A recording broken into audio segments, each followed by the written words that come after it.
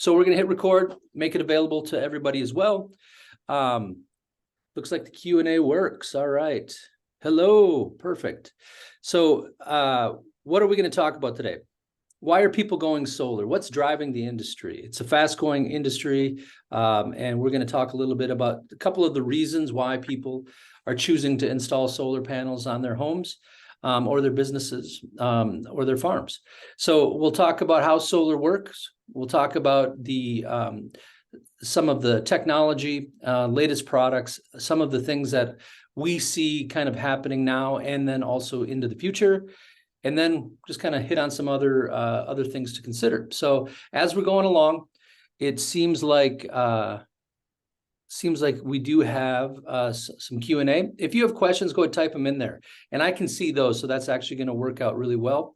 We'll answer those questions as we're going, if it's on topic with what we're chatting about. Perhaps I'll see a question that pops up, and I'll know that I'm answering that in like the next slide or in a few minutes, and then we'll just leave it for there. And then if there's a question about solar that we see that comes up that we didn't think about, we'll move those to the end and answer them all at the end. So here we go. Residential solar sales in the United States, a very fast-growing industry. It really has exploded over the last 10 years. In 2010, 1.2% of homes in the US had solar. In 2023, 3.7% of homes have solar. And the prediction is by 2030, 15% of all homes in the United States will have solar on them. Now, the trends have been maybe a little bit different in Minnesota. I've worked in solar in Minnesota for 10 years. I'd say we're probably lagging a bit behind the national trends, but we are seeing more and more of it. And I can tell you 10 or 11 years ago when I started selling in Minnesota, there was very few and far between. Really kind of those early adopters were the ones that were putting solar up in the state of Minnesota. And, solar was a lot different back then. Technology has changed a bit. There are some things that we'll talk about even in the last 10 years. I can tell you the one thing that's changed most strikingly over the last 10 years is I have a solar system on my house, and it has, I put it up 9 years ago, and they are the ugliest panels that you've ever seen. I take a look at the panels we put up on houses today, and that was a real concern for homeowners 10 years ago was, I don't like the look of them. Now, I just think the panels are all black. They're absolutely low profile. They're very sharp looking panels. That's one thing that's changed quite a bit in the last 10 years. There are three reasons people look into solar. They're environmental benefits, energy independence, and saving money. We tend to think, I think in general, people think that environmental benefits is the driver for it, and it is. And there's a lot of people who like the environmental benefits of solar, but really, what really tips people over the edge is saving money and energy independence. And so those are the things that I'm going to talk about. I mean, obviously there are environmental benefits to going solar, but we kind of all get that. We understand that. But what we really want to focus on is energy independence and saving money. And there's reasons for that. So this is cost of energy in Minnesota is 15.5 cents per kilowatt hour on average. That's according to the U.S. Energy Information Administration. The cost of energy in the U.S., this floored me. It absolutely floored me. It went up 11% in 2022. 11% it went up. It's just mind-boggling how those increases went across the board. For those of you who have Xcel Energy, I know that I kind of tongue-in-cheek put their profits up at the beginning of this, but they've been asking for higher than industry averages increases year over year. And there's reasons for that. Obviously, Xcel Energy needs to make a profit. Obviously, Xcel Energy wants to return value to their shareholders. They're not, when you take a look at who the real customer is for an investor-owned utility, it's not the customer, it's not the end user, it's the shareholder. That's who they're working for. Now, not to be said that Xcel certainly does some good things, keeps the grid on, lights are on. But here's another trend that's happening across the country that is very eye-opening. Sorry, we're going to hit Xcel again one more time. $1.74 billion was their profit last year. 10 years ago, 11 years ago, it was $900 million. That's a pretty good, those executives are earning their salaries, right? But where are those profits coming from? I mean, there's only one place they can come from, right? They are coming from their energy purchasers, and whether that be commercial, residential, or utility, they are coming from somewhere out there. And that is what, that's where our money's going. It's going to those profits. And some people are okay with that. I, for one, have had solar on my house for 9 years. And for 9 years, I haven't paid Xcel Energy a dime. That's a good feeling to have, to know that you are completely free of those energy hikes. Xcel Energy has a small incentive program that I was able to take advantage, and there's a federal tax credit. We're going to talk about all that as well. Here's something else that's eye-opening. So this is the Energy Information Administration, the EIA, put these numbers out there. They're tracking outages. So there's a bit of a lag in the reporting, but this is what they came up with from 2013, 2015, and 2017. So there's 3 types of utilities, right? There is cooperative, there's investor-owned, and there's public. And I'll give you examples of all 3. Shakopee has a municipal utility. That's a public utility. Investor-owned would be Xcel Energy. That would be We Energies in Wisconsin. Otter Tail is investor-owned, surprisingly, and Minnesota Power is investor-owned. So those are publicly traded companies. Hey, we like to see that. Peter's just said, I don't know if can everybody see that? Jason, can you see it? Yeah. I can. So yep. the third type of utility is a cooperative, and Dakota Electric would be a cooperative. Minnesota Valley is a cooperative. Connexus is a cooperative. So those are the 3 types of utilities.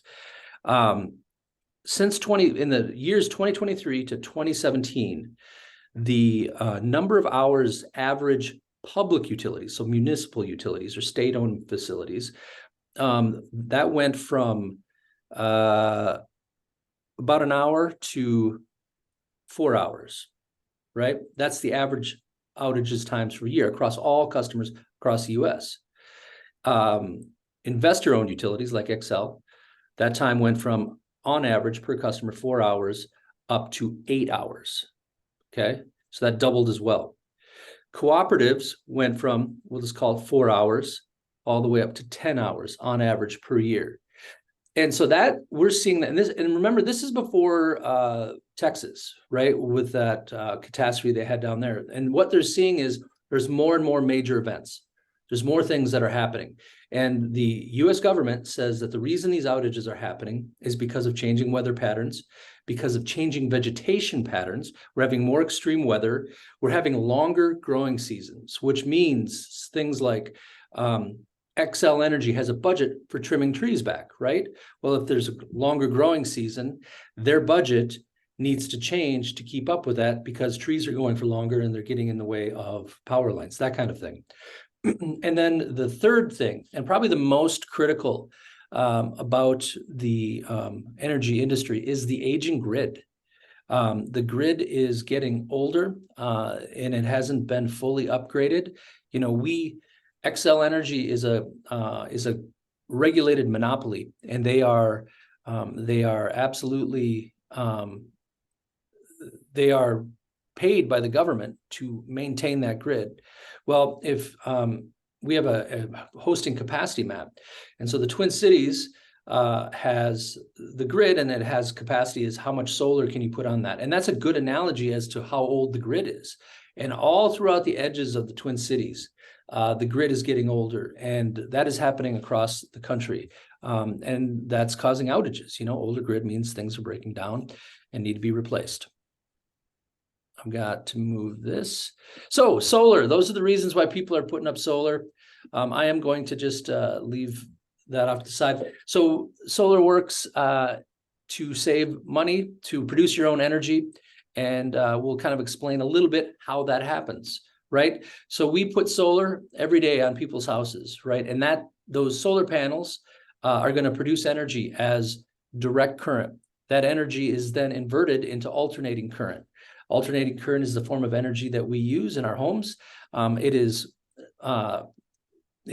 sent down through a combiner box, through a production meter, and into your meter. That's the most common type of interconnection that we do. From there, if you're home and it's a sunny summer day, you're going to draw energy right off of your solar array.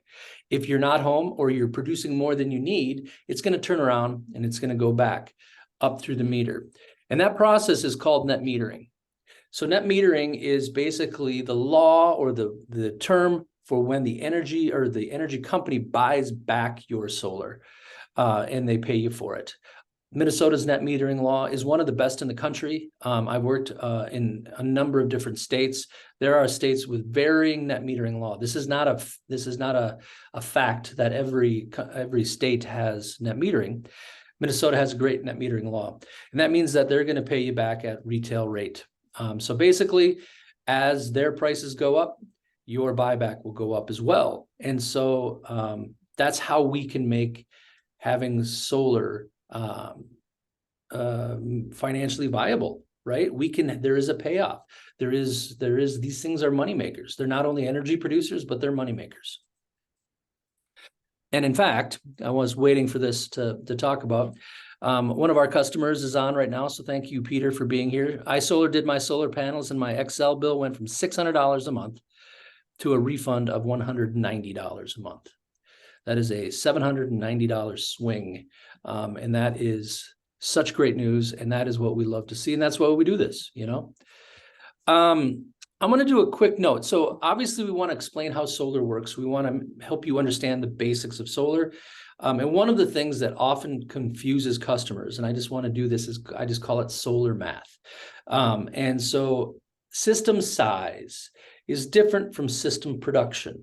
So system size is just multiplying the number of panels by the wattage. So 25 400 watt panels is a 10 kW. Right? That 10 kW, a 10 kilowatt system DC, is going to produce energy in the form of kilowatt hours, right? But those 25 panels are going to have different levels of production. So I just want to be clear. 10 kW, if it's south facing in Minnesota, it's going to produce about 12,000 kilowatt hours, maybe more. Our systems produce a little bit more. So about 12,500 kilowatt hours in a year. If I took those 25 panels and I put them in my truck and I drove them down to Alaska, they're going to produce, or down to Arizona, excuse me, they're going to produce more energy. It's going to be more like 18,000 kilowatt hours. If I go to Alaska with those 25 panels, it's going to produce less.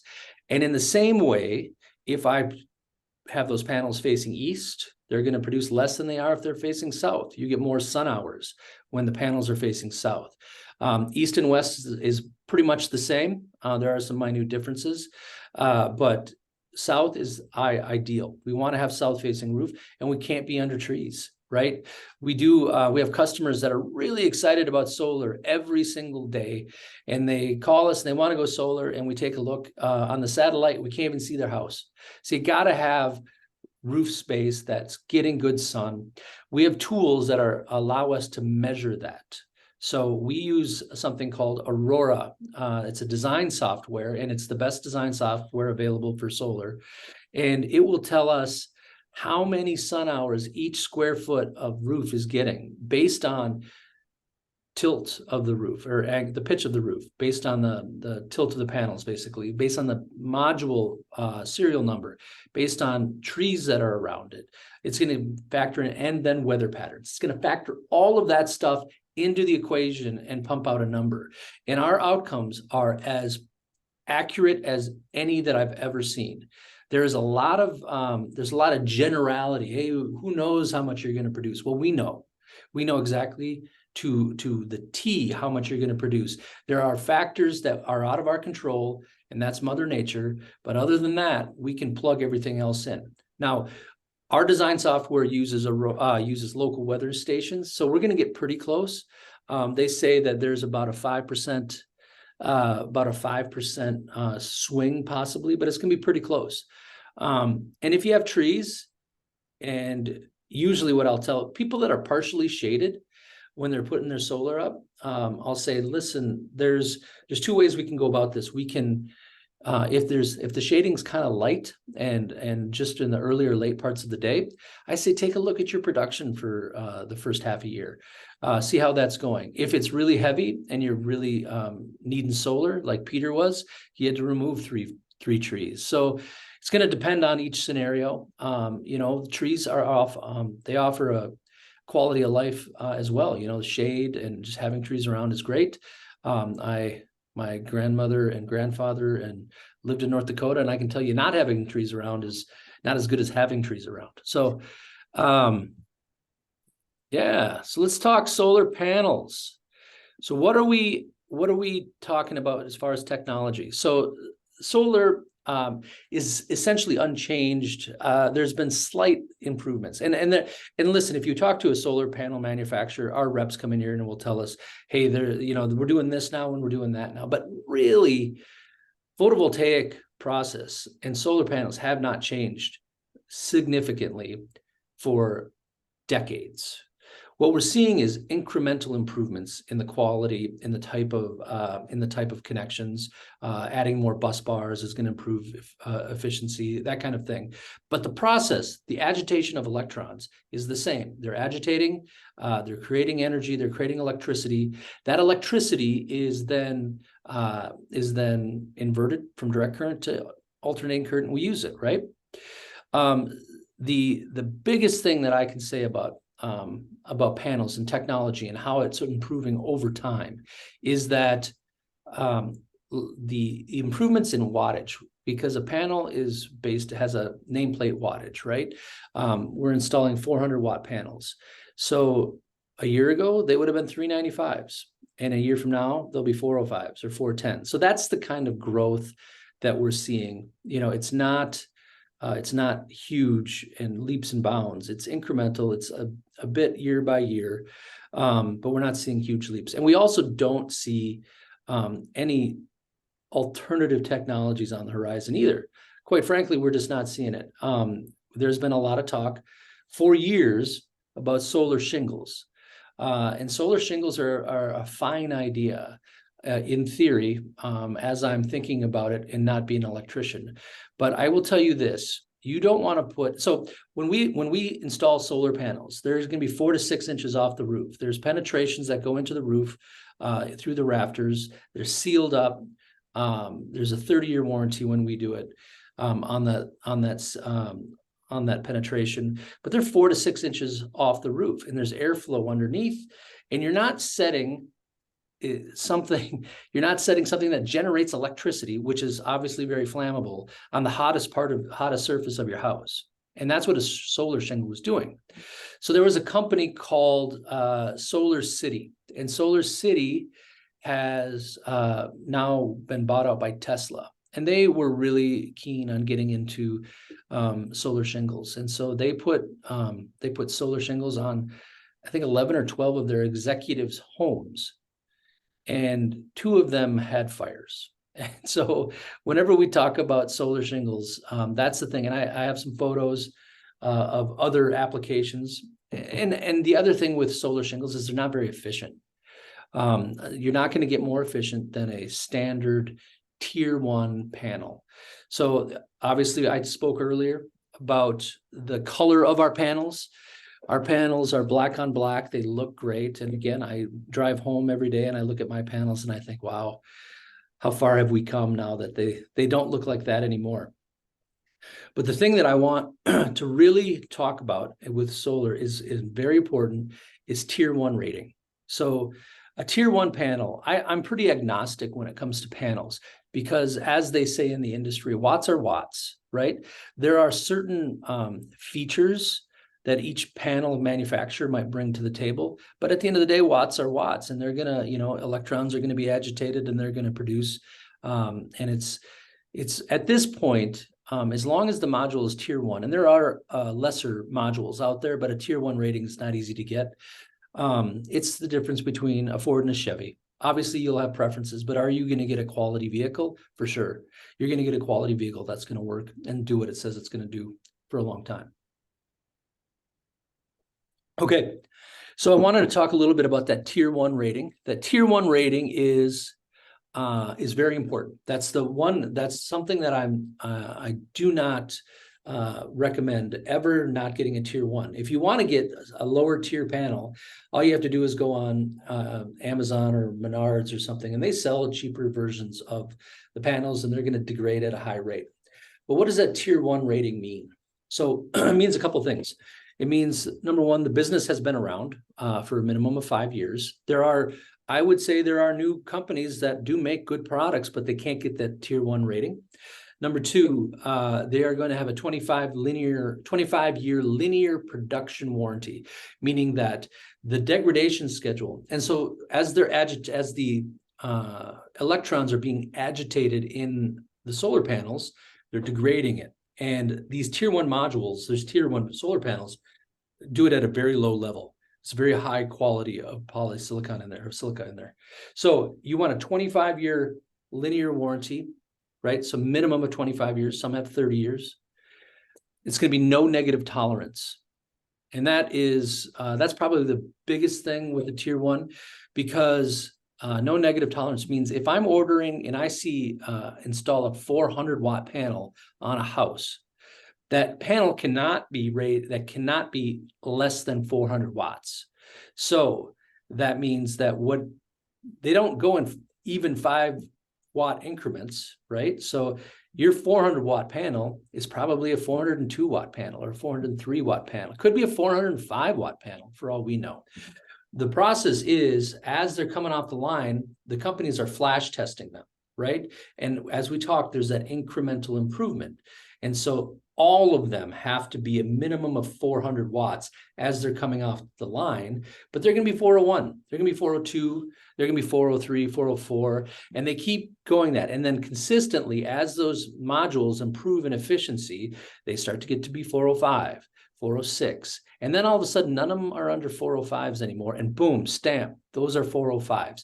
That's what no negative tolerance means. So those are the big things that I look for when I'm looking at solar panels.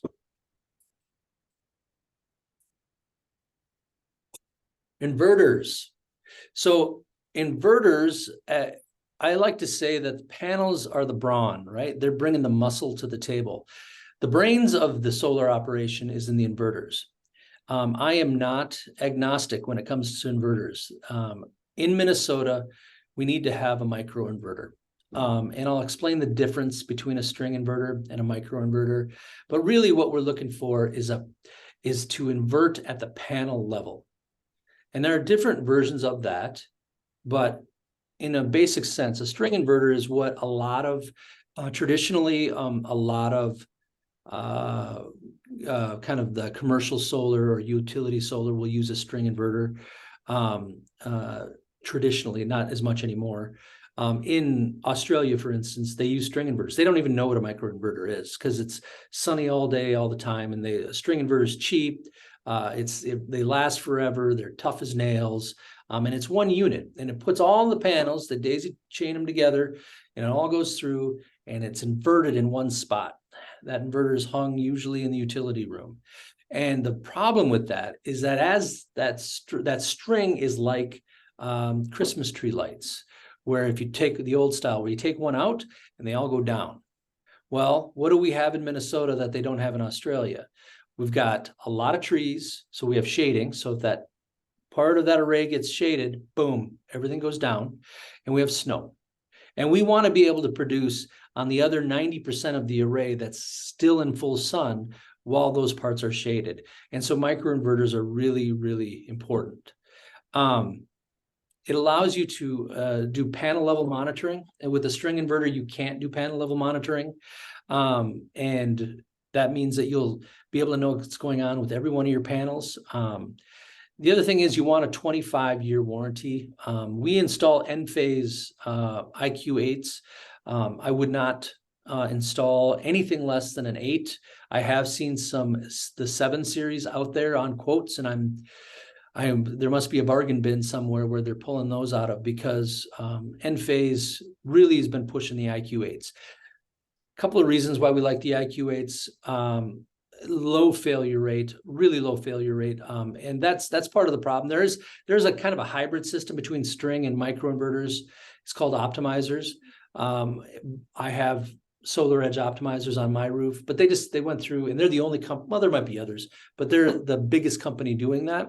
Really good product, but the optimizers went through a series of years where they just were having high failure rates. And as an organization, as a company, we don't want to be going back out and forth, right? Solar is designed to be put on the roof and left alone. Like, you don't want to touch it. I've had my system on for 9 years. I've touched it one time. It works fine. But what happened is I had hail. My roof needed to be replaced. The hail did not damage my panels.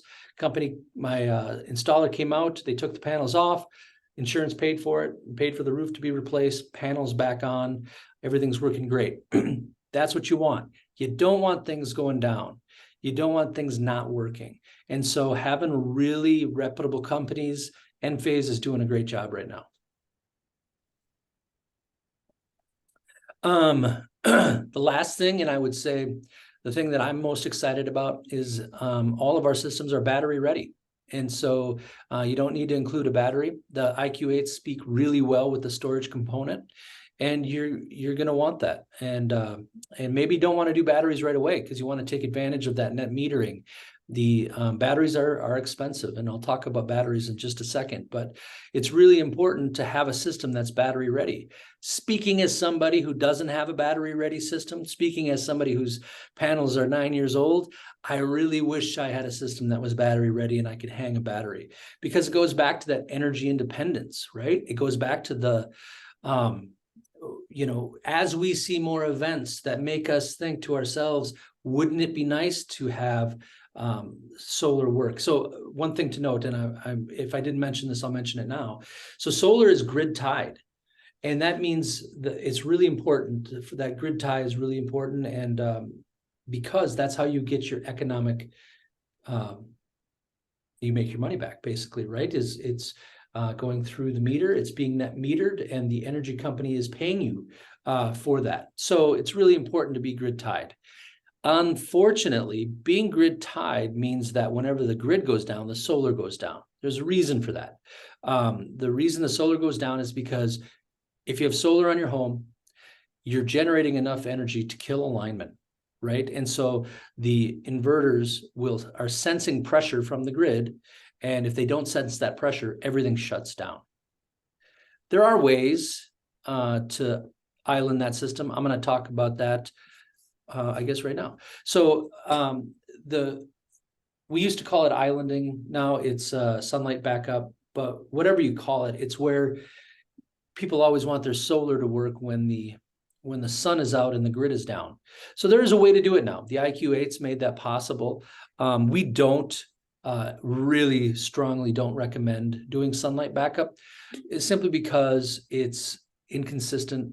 When is the power going to go out? Is it out during the night? Is it out on a cloudy day? Power goes out during storms, right?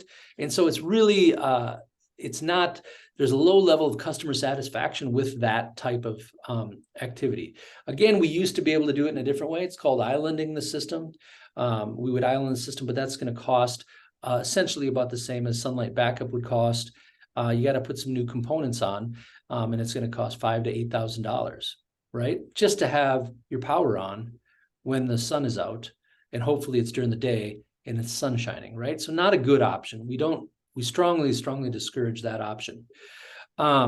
Essential load for batteries is really where we start with energy storage. And essential load just means what do you need to get by for a day or two, right? Like, what do you need if the grid goes down and your battery's all charged up?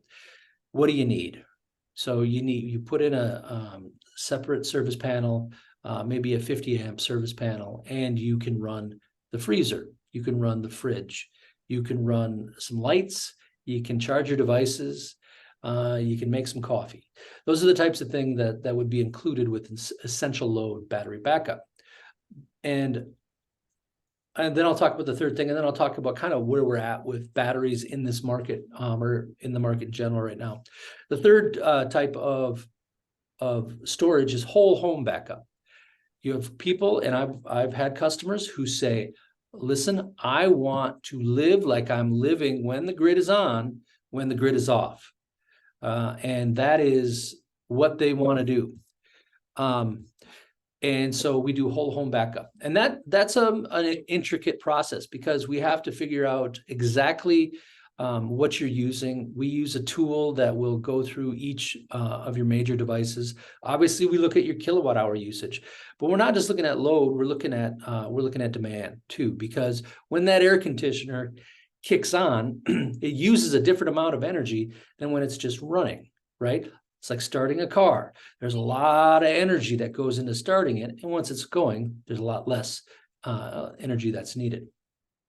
So that's whole home backup. Obviously, we've done whole home, we've done essential load, and we definitely we like talking about that with customers. So we talked a little bit about technology and where technology is at and what it is and where it's going, right? With panels, with inverters, very incremental growth. So it's going up a few percentage points a year, not a ton, right? We're getting a little bit better. Things are getting a little bit cheaper. That's kind of where we're at, right? Batteries is a different ballgame. The technology in batteries over the last 10 years has changed dramatically. It's storage technology is really benefited from the EV market. Tesla really, with their Gigafactory has changed the battery game for home backup. And we do see that changing. It's not like we've gotten to a plateau yet. It's continuing to evolve. When you get companies like Ford and GM and Toyota that are in that game and spending a lot of money and really trying to find a way to make things cheaper, better, faster, we're in a technology boom with batteries right now, and we do expect things to change drastically in the next 5 to 10 years, and not just in the capacity and what raw materials they're using, although we're seeing differences in raw materials and we're seeing differences in capacity, but also price, right? Batteries are expensive. We expect that price to come down. Jason, I'm going to check in with you. How are you doing? Any questions come up that I haven't seen? Yeah, Ryan had a good question about 9-year-old roof, and I apologize. My computer froze up there for a second, so I lost out on the previous questions. So I'm sure you can go back and see it. Yeah, absolutely.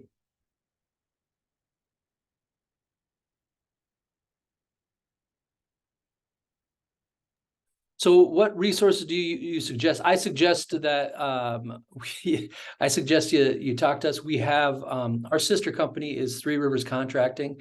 It's a really good marriage to have a roofing company as a sister company. It's not the same company. We don't do roofs, but Three Rivers Contracting does.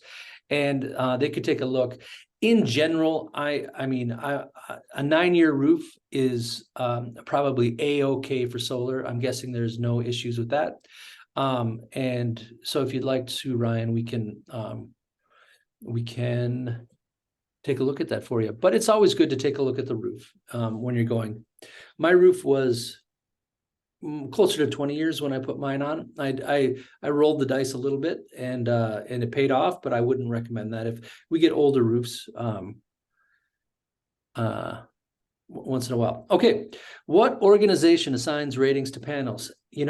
I don't recall that, but that is a great question. And I do have everybody's email list, and I don't have the answer to that, but I can find it really quickly. That's a great question. We'll get the answer to that and we'll send it out and we're also going to send this out too. So you guys, if you're bored and you want to just watch a solar webinar again, you can do that.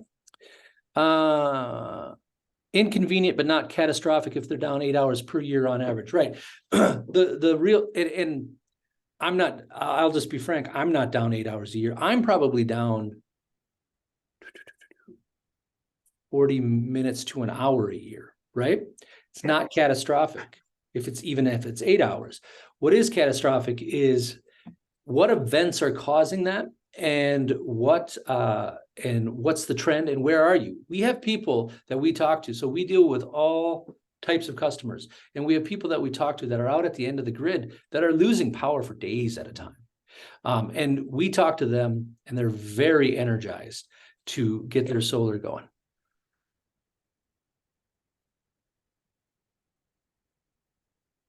Yeah, so the other thing is that's a great point on batteries and net metering. The thing I usually say, so a lot of people want to talk about batteries. They think solar, I'm going to store my own energy. Well, there's an essentially, you're losing some of that energy when you store it, and then you have to invert it, and you're not, it's not a perfect system, right?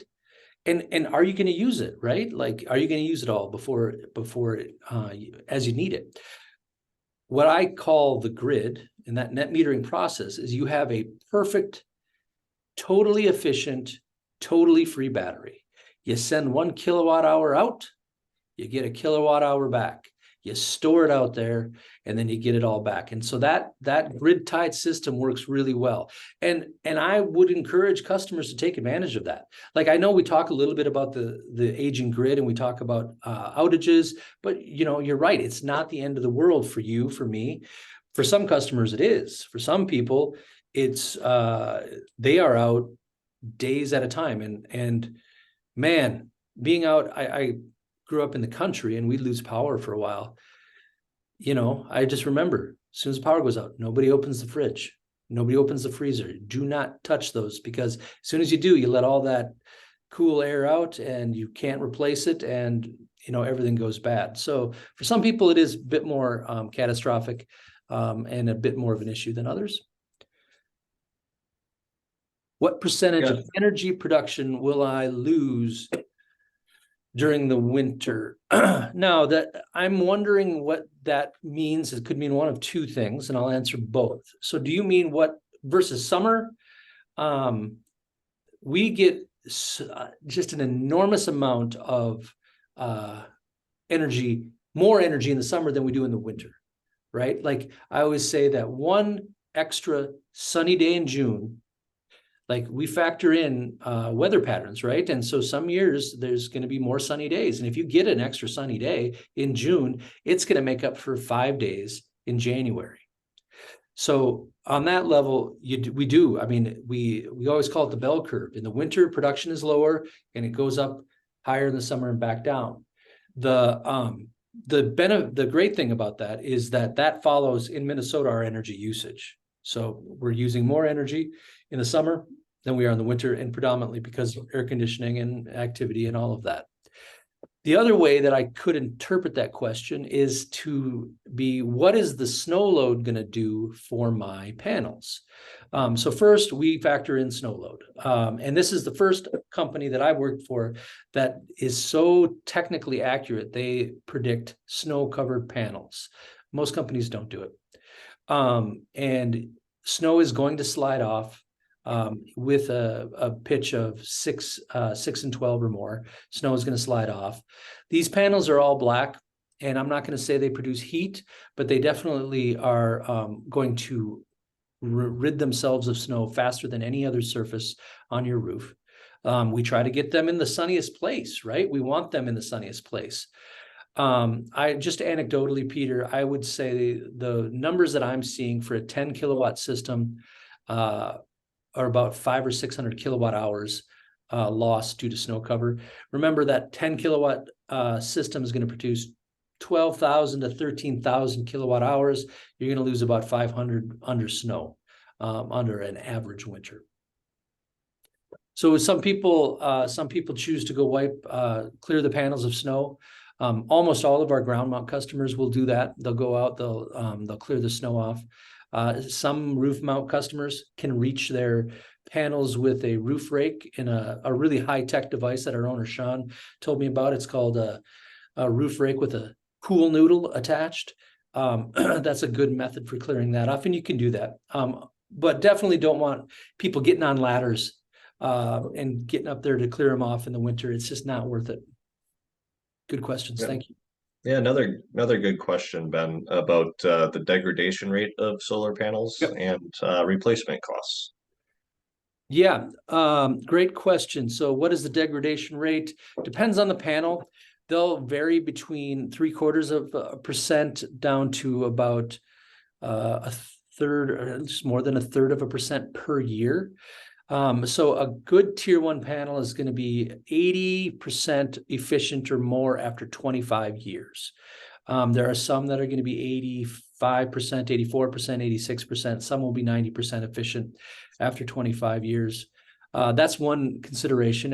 And our software, depending on the module, depending on the solar panel, will tell you exactly what that rate is over 25 years. Replacement cost. So in general, solar here's what's happened. The cost per watt has gone down a bit, but it's stayed roughly the same. But we are seeing much more efficient solar panels than we did 10 years ago. The panels I have in my house are 285s. The panels we're putting out today are 400s. So that's a significant difference over 9 years. But what is the replacement cost? It's going to be whatever they cost at the end of at the point you want to buy them. But I will say this: solar panels have a 25-year warranty. So what is the reason you want to replace them? Is it because you just want new panels? Then you're going to have to pay whatever the prevailing cost is at that time. In general, I can't really predict what it's going to be, 10 or 15 years from now. However, there is no reason to replace a working panel. Just wouldn't do it, because that panel is still so valuable for such a long time. If it's not working, then you will have a warranty from your manufacturer. iSolar, the company I work for, happens to offer a 30-year warranty independent of that panel. So we offer a 30-year third-party warranty that covers the panels, the inverters, and the workmanship. And so I'll give you an example of why that's important. So I have panels, had them for 9 years. They work great. The company I had install panels was called Solar World. And Solar World made great panels. They were a small US-made boutique manufacturer, really kind of higher efficiency, if you can believe that. So those 285 watt panels cost me a little bit more, but I wanted the best of the best, and I put them on my roof. They went out of business about 6 years ago. So their 30-year warranty that I was leaning on was gone. So I'm stuck with panels that work great, but if any of them don't work, I'm going to be stuck with a dead panel and no way to make up for it. So what is the average cost of insurance to cover a solar panel? Great question. So I'll tell you the process, it's very easy. You call your insurance company. You say, I'm putting solar panels on my house this date. I need to add coverage. My insurance company said, great, what's the retail value of the system? I told them what it costs, what the retail value. They just added it to my rider. So $30,000, added $30,000. And then my insurance at the time went up $85 a year, and I'm not sure what it's at today. Good. All right. So we got 10 more minutes here. Keep those questions coming. I feel like that's going to save us time at the end. Really appreciate it. But I got a quiz. We gotta figure out one of the other benefits to putting solar up is how much does solar increase the value of the average home? So I'm doing a basement project right now, And one of the considerations, other than just that, the reasons I want to do it is to improve my quality of life and have a place to go where have a place for my kids to go, right? So one of the considerations is, what is that project going to do? One of the justifications is, what is that project going to do for the value of my home? Because we know if I add a bedroom and a bathroom, it's going to increase the value of my home. Well, solar does the same thing. How much on average does solar increase the average resale value of your home? So we have four options: 12,000, 23,000, 37,000, or 44,000, basically. And this is in Minnesota. And well, answer is, the average solar system in Minnesota will increase the home value by $37,440. So that's based on, this is an Architectural Digest article that we pulled that data from. They say that for every $1 in energy savings you save per year annually, you will increase the value of your home by $20. There have been other ways over the years of people trying to quantify what the value is of solar. And, one of them was Zillow has 4.1% of the value of your home. Well, that's kind of assuming in a way that doesn't understand how solar works. So solar is saving you money, and the amount of money you save depends on your utility. It depends on how they're configured. Like if I put 40 panels on a north-facing roof underneath a bunch of trees, I sure hope that doesn't increase the value of my home, right? But it will increase the value of my home because I'm saving money. And so this is the first time I've seen, and I'm very happy that they published this, I've seen a study that shows the value of a home is in direct proportion to the money that it saves you. So that's that.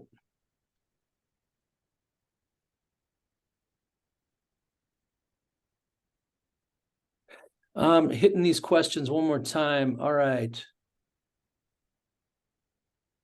So Peter, last winter, I never cleaned off my panels. The snow slid off as soon as a little sun hit the panel. Yeah, I liked, the same thing happens to me, Peter. It's about 11 o'clock on the first sunny day after a snowstorm. It all just comes off. I have a very high pitched roof. And so in general, I usually stay away from using that as like a catch-all, because people have different pitched roofs. So a lower pitched roof may not have that same experience. It sounds like you do. Ryan, a consultant, recently informed me that using batteries, we can't even get to the savings yet, guys. I'm going to save that question for the end. It looks a little bit more complex. I want to keep going with this, but Ryan, I for sure will get to your question at the end. So we haven't talked about what solar can do for you financially in the pocketbook. And it's a huge deal. This is what drives the industry. This is what makes us so excited to be able to do this. Everybody that we put solar up, with very rare exceptions, saves money. Now, again, batteries is going to throw the ROI number out, but there's different reasons for doing a battery. But for example, in Minnesota, here is what the expected ROI could be for a south-facing roof with no shade. For a 7 kW system, average savings is going to be $440,000 over the life of the system. That's a 242% return on investment, right? So you paid less than half that basically for the system. A 10 kW system going to save you $74,000 in energy costs over the life of the system. A 13 kilowatt system is going to save you $116,000 over the life of the system. So we do get a lot of people who are very concerned about the ROI of solar, and wondering, when is that ROI going to happen for me? And when you combine the savings, the immediate savings, and also the home value increase, that really changes that ROI discussion, and it can really shorten it up. So, if I'm increasing the value of my home by $37,000 and the system cost me $37,000, and I'm saving money on energy, right? You see where I'm going with that discussion. The ROI picture changes. And this is the thing that I leave, and I call them ROI guys, because they're just, they like spreadsheets, and I love a spreadsheet and hammering out the details. They factor in all the energy savings, and I even make sure that they put an escalator in there, because remember last year, energy prices on average went up 11%. May not have been true for your company, but in general, across the US, they went up 11%. But the other thing I tell them to factor in there is what is the ROI on your investment in Xcel Energy?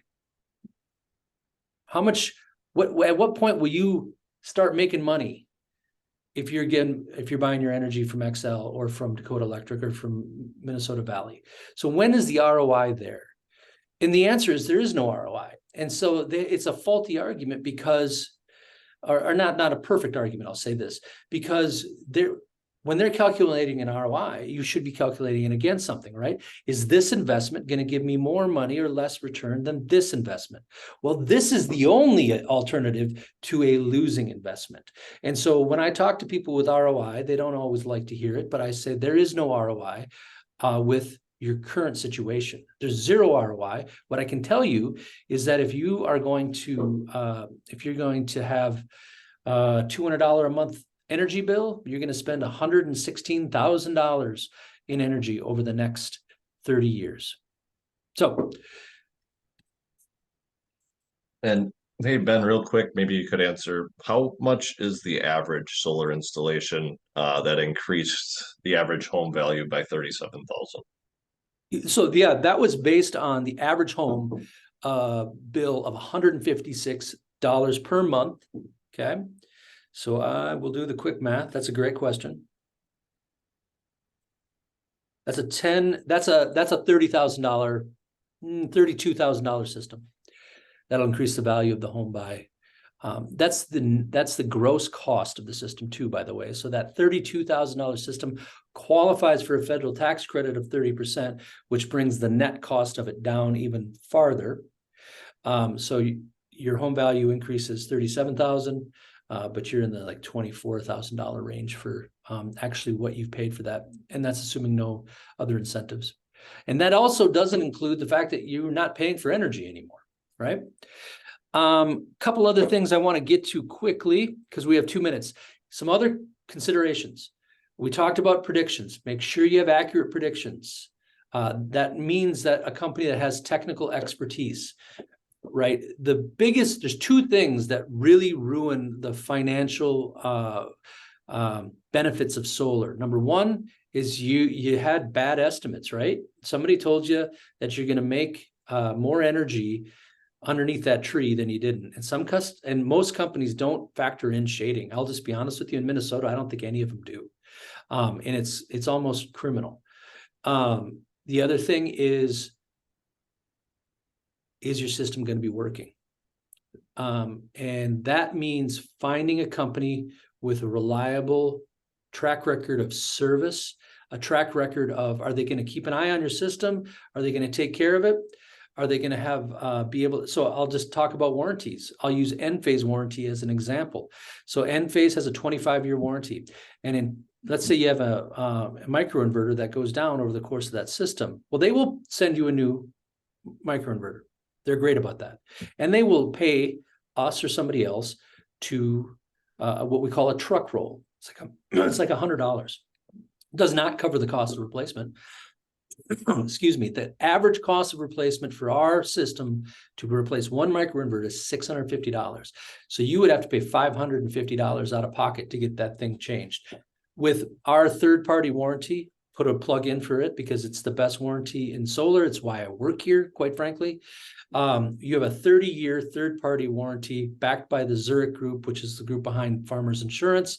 It's going to cover you for 30 years. It's the best warranty out there. And honestly, it's just like the ultimate solar security blanket. I'm going to cruise through this, guys, because we got just a second. I wanted to just talk to you about something.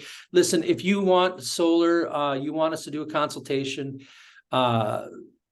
just let us know. Call our line, go to our website, and make sure that you reference this webinar. If you were at this webinar and we do solar on your house, we're going to give you a little offer. We'll give you $500 off just for attending today. So make sure you do that. If you just want to see if it's viable, give us a call. Jason, will you see if you can put the phone number right in the Q&A there? Then I wanted to talk, because I know we have some customers. Peter, I saw that you're on. Thank you for coming. We have some customers that are here, and not only for our existing customers, but this can be good for our potential customers too. If you refer us a customer, we live on referrals. That's why we're so committed to customer service. We'll pay you $25 for any meeting that we get with that person. If they end up putting solar on their house, we'll pay you $500 for the first one.